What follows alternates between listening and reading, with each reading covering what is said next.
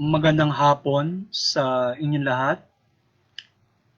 Ito po si Herbert Curia, author ng The Bible Evangelizations.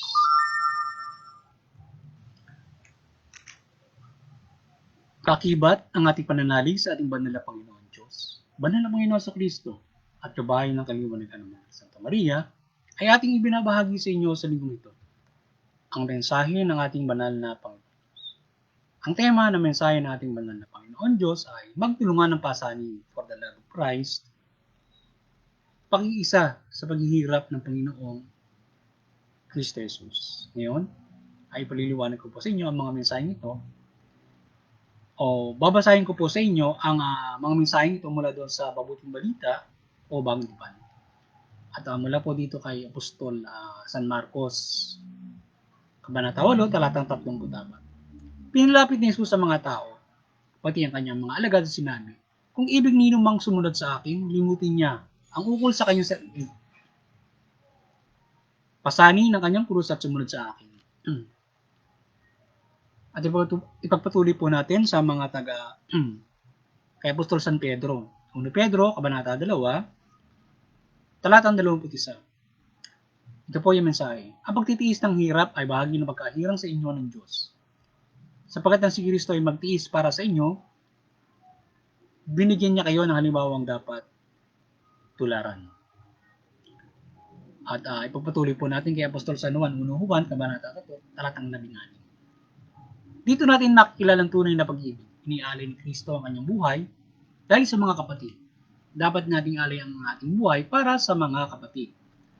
Pagpatuloy po natin sa mga Apostol San Juan pa rin, 1 Juan, Kabanata 4, talatang 11. Mga minamahal, yamang ganong kadakila pag-ibig ng Diyos sa atin, dapat din tayo mag-ibigan.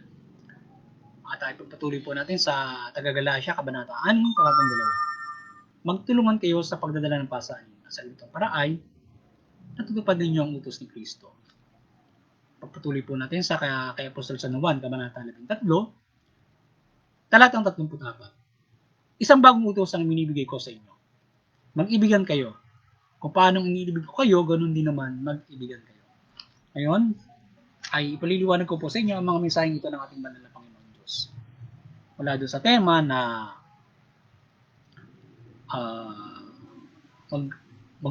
magtulungan tayo ng pasanin for the love of Christ. Pag-iisa sa paghihirap ng Panginoong Kristo Jesus.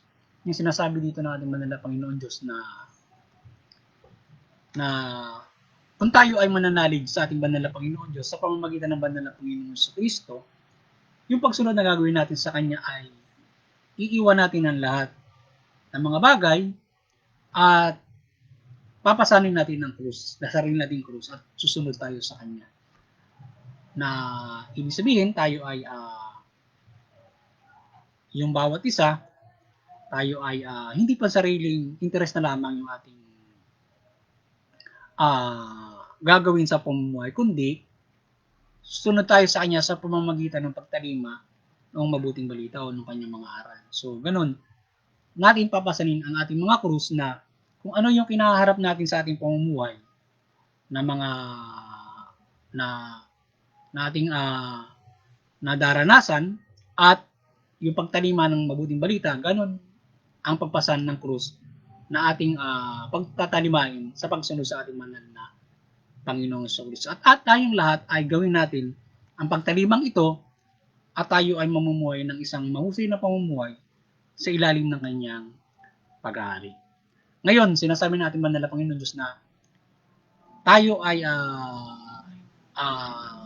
bahagi doon sa ating pagtalima o yung pagkakapili sa atin na tayo ay magkaroon tayo ng hirap na daranasin o kagaya ng banal na Panginoon Kristo na siya ay ating tularan doon sa kanyang hirap na pinagdaanan sa pamumuhay.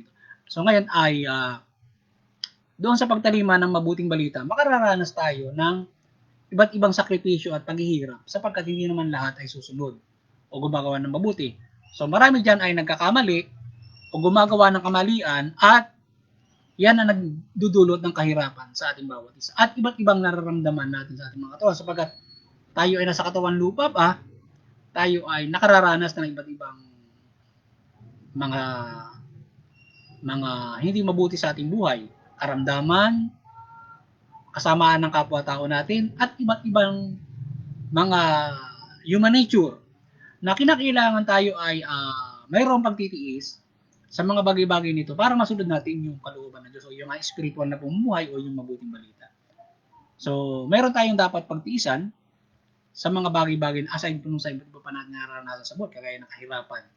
So, tayo ay kaya natin pagtiisan yan at papasanin natin ang krus sa pamumuhay na yan upang hindi tayo makagawa ng kamalian. Sapagkat kung tayo naghihirap, ay kung pa sarili natin iisipin, maaaring gumawa tayo ng hindi mabuti. Ngayon, kung kagaya ng sa batas, no exception. Kung hindi mo susunod yon, may parusa ka. So, ganun din sa ating banal na Panginoon Diyos. Kapag hindi ka tumalima sa Kanya at inisip mo yung sarili mo, hindi matis yung hirap mo, nang hold up ka, nagnakaw ka, gumawa ka ng illegal na activities, so may pag-aasa na ka sa Diyos. So, kaya kinakailan, magtiis ka, doon sa hirap at gumawa ka ng pamamaraan para maitawid mo ito sa pamamagitan ng sumusunod ka doon sa aral. So, ganyan mo papasanin yung krus mo. Bilang pagsunod mo sa ating banal na Panginoon. So, may hirap na tayong pinagdaraanan, pero tayo ay hindi pababayaan ng ating banal na Panginoon. Sapagkat sabi ng banal na Panginoon Diyos, ay maganap ang matok ang ibibigay niya sa iyo. So, hindi mahirap na ang ating pagdaraanan kung tayo man ay nakararanas ng hirap dito sa pamumuhay na ito. Tayo lamang ay matusunod sa mabuting balita, magkakaroon tayo ng kagaanan sa ating pamumuhay. So ngayon ay sinasabi din na yung banal na pag-ibig nating banal na Panginoon sa Kristo, no, na yung pagsunod natin sa Diyos, ipinakita niya na inialay niya yung buhay niya para dun sa lahat, para sa mapatawad sa pagkakasala. So ganun din na isa sa mga napakadakilang ginawa ng Diyos sa pag-ibig niya sa Diyos ay ang ibigay ng kanyang sarili. Ganon din tayo para sa ating kapwa. Na gayahin din natin yan at para sa mabuting balita at para sa Diyos. Na tayo ay binibigyan natin yung ating sarili for God at para sa ating kapwa. At gayon naman, ganon din tayong iingatan ng Diyos sa mga gagawin natin yan para tayo patuloy na bigyan ng buhay ng ating banal na Panginoon Diyos. Ganon tayo dapat mamumuhay. At lalo ka magkakamit ng buhay kung ikaw ay ibinibigay mo at ikaw ay marunong magparaya para sa iyong kapwa. So, pamamagitan halimbawa lamang ng tayo ay magkaroon ng iba yung pagtutulungan ng pasanin sa bawat yung sinasabi na tema natin na magtulungan tayo ng pasanin sa pamumuhay na ito. Ganun kasimple na ikaw ay sinasakripisyo mo ang buhay mo para sa kapwa mo. Halimbawa sa pamilya mo, bilang tatay, nagtatrabaho ka para sa pamilya mo. Binibigay mo yung buhay, naghahanap buhay ka para sa pagmamahal mo sa pamilya. At hindi lamang yon, kundi sa pangkalahatan na tayo mamumuhay under His kingdom o sa kanyang pamahala at pag-aari. At tayo ay magkakaroon ng isang mahusay na pamumuhay. Kaya tayo ay magtulungan sa pasanin na hindi lamang mahirap ang kinaharap na pasanin, merong mayaman ay meron ding pasanin. Yan, kung sa material sila ay nakaaluan, makatutulong sila doon sa material sa mahirap. Yung mahirap din naman ay marami ding maaaring ibahagi sa mayaman at ibahagi sa lipunan. At mas malawak pa na usapin hinggil sa mga bagay-bagay na yan na tayo makapagtutulungan, kagaya din ng sabi ng Diyos na tayo mamuhay ng ayon sa ating pangangailangan at tayo makapamumuhay ng mabuti kung usaping material. So, wala tayong magiging problema sa paghihirap sa material na bagay kung maibigay yung mga pangangailangan ng bawat isa. Ngayon, kung ikaw man ay nagkakaroon na lamang ng kalabisan sa pamumuhay mo at sobra kang materyoso, kung mas humagahangad ka na mas mataas pa na pamumuhay mula doon sa nakahangad mo na mahubuting pamumuhay mula doon sa karapatan na binibigay na kahit na maipapamumuhay mo. At masigit pa doon kung dumedepende doon sa pagkakaisa nyo kung ikaw man ay anong lipunan yan, anong mang bansa yan o komunidad. So, ganoon yon.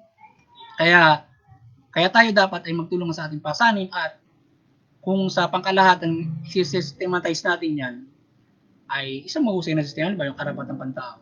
So, kung tayo ay magtutulungan ng pasanin, ibigay natin ang lubos ang karapatang pantao, halimbawa sa sistema natin ng demokrasya, mamumuhay ng aayon sa karapatan na natin. Standard, may babahagi. So, walang naghihirap. So, walang usapin ng ganun sa material na bagay na ikaw ay magkakaproblema na ikaw ay magugutom, ikaw ay nakatira sa squatter. Gayong ito ay maibigay ng patas ng ang ating lipunan at ng ating pamahalaan. Ngayon ay nagkakaroon tayo ng problema dyan sapagkat mayroong hindi nga may tuso sa sistema o mayroong hindi maganda sa pagpapairal ng sistemang ito ng karapatan sapagkat hindi ito lubos na ipapatupad. So marami yung sa sistemang ito ay naghihirap. Kaya isang malaking problema yan. So kaya kinakailangan dapat yun ay napapaigting.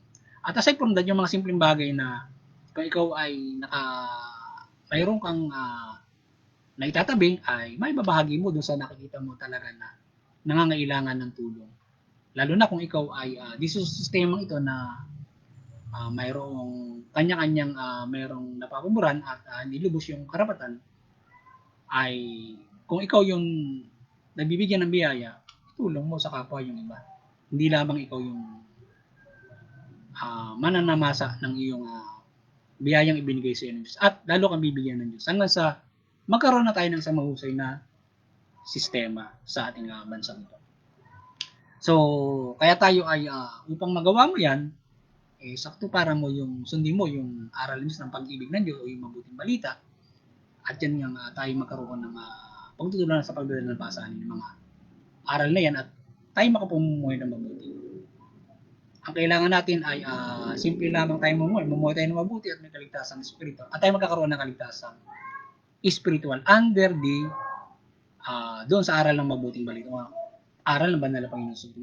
Ganyan tayo sa paniniwalang Kristiyano nananalig sa ating banal na Panginoon Diyos, malo sa aral ng mabuting balita o sa pamamagitan ng banal na Panginoon Kristo, ganun tayo maniniwala sa ating banal na Panginoon Diyos through Him bilang bugtong na anak. So ganun niya pinakikilala ang Diyos from Him sa ating banal na Panginoon Kristo. Na siya yung itinalaga para dyan na tayo ay mayroong pagbibigay sa ating tayo pinagbihan sa ating buhay na tayo ay nagkasala ng una. So may kamatayan, so tayo ay tinubos niya dyan. Nagpakahirap sa dyan para tayo doon. Kaya tayo ay magkaroon din ng pagpapatawad para sa buhay ng ating kapwa-tao. Siya ay mapagbigyan din natin ng buhay ng ating kapwa-tao. At iba't ibang mga bagay na pagsasakripisyo para sa pag-ibayo ng buhay ng bawat isa. Kaya kung may nagkakamali, so ay hindi mo nang basta papatayin. So sila ay mapagbibigyan. At mayroon ng proseso yung mga legal para dyan na bagay-bagay. So muli, sana nakapag bahagi na naman ng The Bible Evangelization sa inyong spiritual na pamumuhay kayo. Magabayan sa kaligtasang spiritual hinggil dito sa mga gabay na ito na kung paano tayo ay magtulungan ng pasanin at tayo ay makisa doon sa paghihirap ng ating banal na Panginoon. Sa pamamagitan ng napakasimpleng bagay na magtutulungan tayo sa pagdala ng pasanin, tayo ay napapasa natin yung krus natin o yung tayo nakikiisa sa paghihirap ng ating banal na Panginoon. Madaling bagay lamang yun. Kung tayo ay magkakaroon ng pag-ibig sa ating kapwa o kabutihang loob para magawa natin ang mga bagay nito at hindi pansariling interes lamang ating ginagawa na pinaghirapan ko naman ang bagay na ito ay ako lamang ang dapat makinabang. Hindi naman ganun dapat ang ating maging orient. Pansarili yon. Yung kung tayo naniniwala sa Diyos, matututo tayo na magbahagi. At sa mas malawak pa na bagay kung kagaya ng ating hinabing karapatan na mga sistema ganyan. So mauunawaan natin yan mula doon sa simple na pagtutulungan hanggang sa mas malaki na bagay na ating dapat na magawa ng mga tao. Yun lamang at doon sa interpretation, hindi tayo patuloy na magkaisa dyan at yung mga mabubuting aral na itumuro sa atin ay ating sa buhay. Kung ano ba tayo ng ating mga paniniwala at hindi mauwi ito doon sa karahasan at iba't ibang uri ng mga hidwaan. Yun lamang, sana patuloy tayong gabay na Banal na Santa Maria ng kanyang milagro sa pang-araw-araw na pamumuhay at sa pagbabahagi nito ng ating mabuting balita. Na ang bawat isa ay magabayan sa pagtalima nito ng kanyang mga milagro. Yun lamang, magandang po sa inyo lahat at